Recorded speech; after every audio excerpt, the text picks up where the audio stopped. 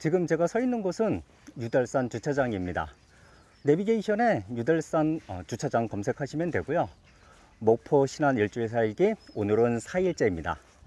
목포에서 트레킹과 여행을 하려고 하고 있고요. 첫 번째는 유달산 지금 주차장에서 유달산을 트레킹해서 1등 바위까지 다녀오려고 하고 있습니다. 주차장에서 10분 정도 올라왔습니다. 정자가 있는데요. 정자에서 잠시 쉬어가도록 하겠습니다. 여기 유달산은 산이라고 하는 이름이 있지만 산이라고 하는 개념보다는 가벼운 산책을 즐길 수 있는 공원의 개념이 가깝지 않나 생각이 됩니다. 목포의 구도심이 보이고 있고요. 저 멀리 목포 앞바다까지 보이고 있습니다. 주차장에서 얼마 올라오지도 않았는데 이렇게 멋진 목포 시내의 전경을 바라볼 수 있습니다. 현재 시간은 아침 8시입니다. 이른 아침이라서 유달산장은 아직 문을 열지 않았고요. 이곳에서 1등 바위까지는 1km입니다. 앞에 보이시죠? 열리지가 있어요. 소나무 열리지를 이곳에서 보게 됩니다. 유달산장에서 15분 정도 올라왔습니다. 앞에 정자가 있는데요. 정자 기둥 사이로 목포 해상 케이블카가 보이고 있습니다.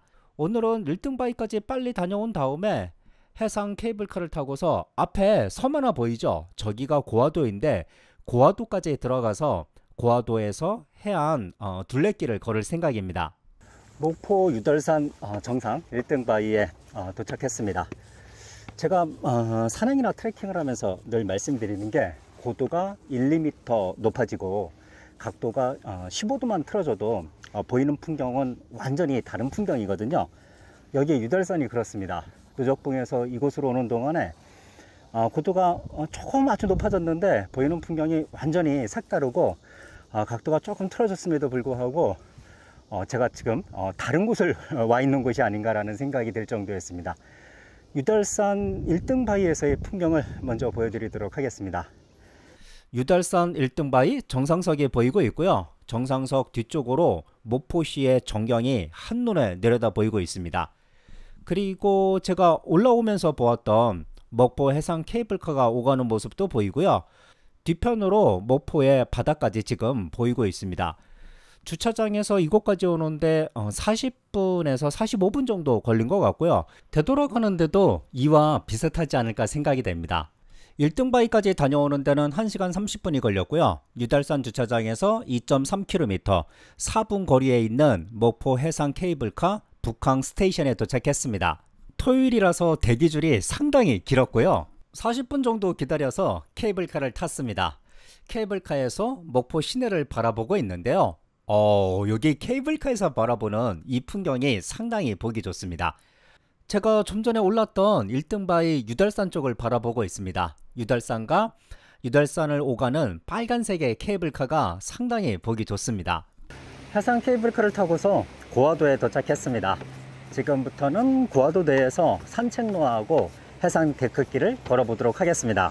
고화도 전망대에 도착했습니다. 그런데 지금 보시는 것처럼 보건공사 중에 있습니다.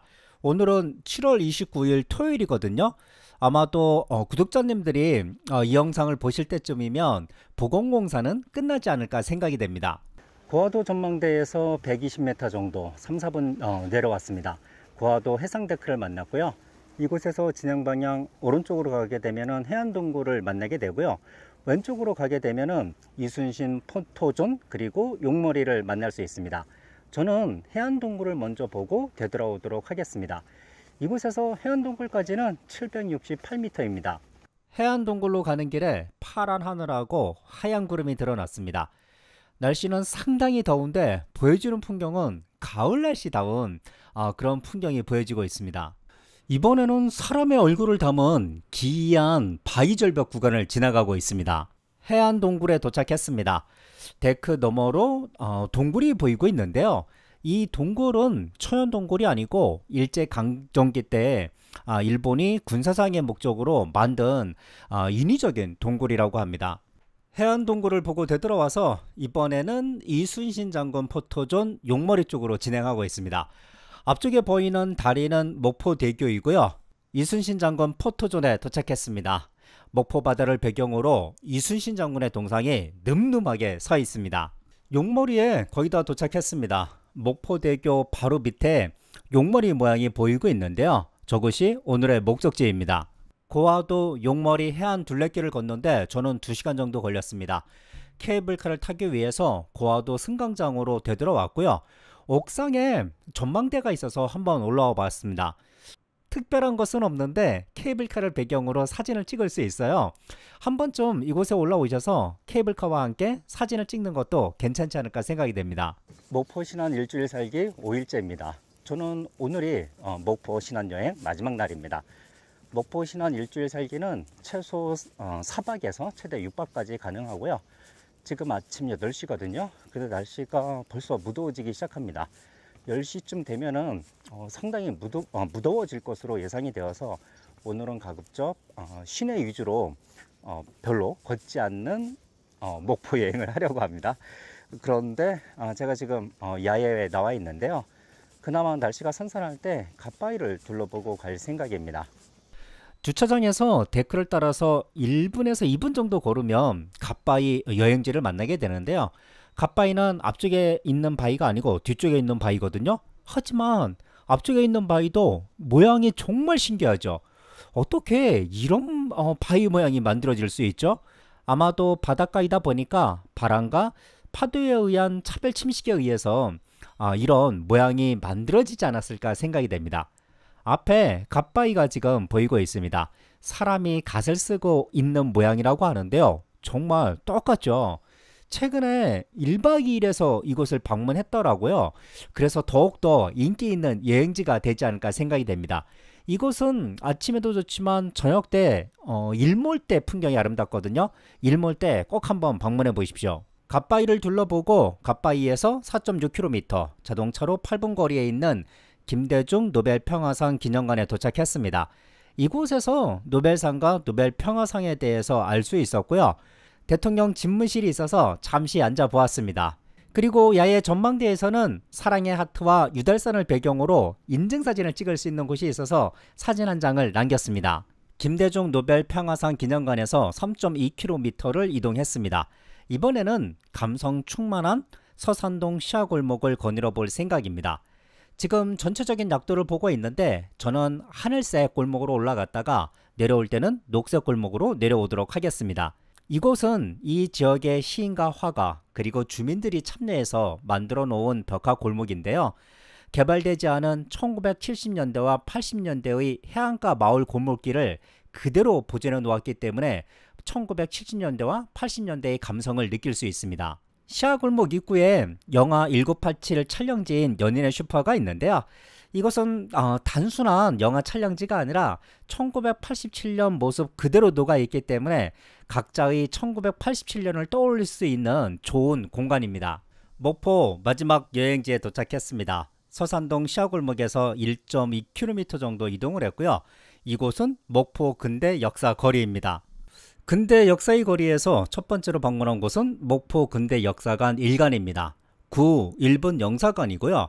목포 최초의 서구적 근대 건축물로 건립 당시의 뇌회관을 거의 그대로 유지하고 있습니다. 목포 근대 역사관 2관은 구 동양척식 주식회사입니다. 이 회사는 일제강점기 때 일본 제국이 우리나라의 토지와 자원을 수탈하고 경제적 이득을 착취하기 위해서 설립한 회사입니다. 이 내용이 역사관에 자세히 기재되어 있습니다. 목포 신안 일주일 살기 마지막 식사입니다. 근대 역사 2관 바로 옆에 육개장집이 있어서 들어왔는데요. 지금 보시는 것처럼 1인 테이블이 있어서 1인 식사도 가능하고요. 육개장 전문점답게 육개장하고 낙지 육개장 2개를 하고 있습니다. 저는 낙지 육개장을 아직 한 번도 안 먹어봐서 낙지 육개장을 주문했습니다.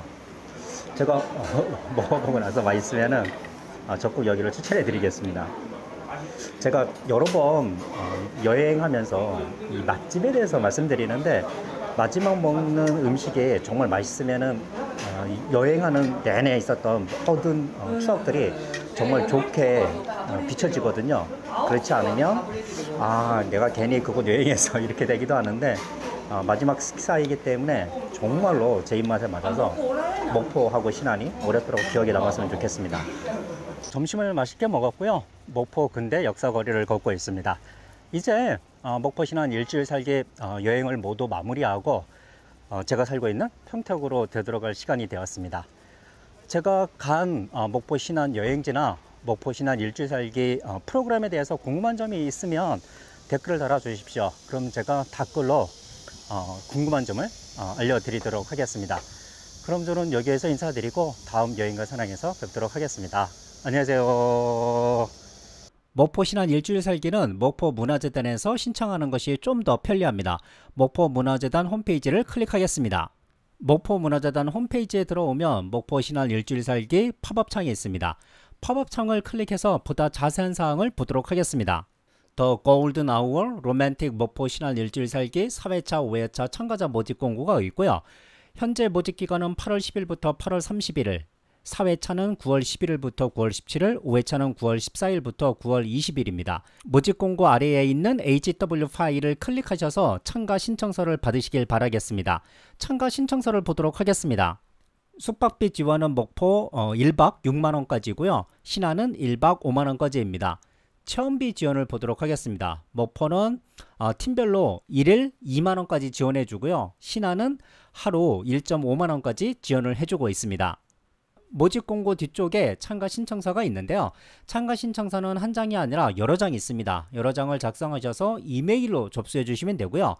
참가 신청서를 작성하실 때 첫 번째 참가 신청서에 지원 동기가 있거든요. 이 지원 동기에 김영수 TV를 보고 신청했다라고 해주시고, 그리고 목포 신안 일주일 살기에 선택이 되시면 제가 보라색 티셔츠를 선물로 드리도록 하겠습니다. 한 팀당 2명까지 제가 보라색 티셔츠를 드릴 예정이고요.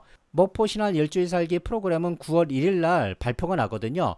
9월 1일 발표 이후에 제 동영상 밑에 있는 댓글에 참가 신청이 되었다라고 알려주시면 제가 티셔츠를 보내드리도록 하겠습니다. 티셔츠는 선착순으로 10분까지 드리도록 하겠습니다.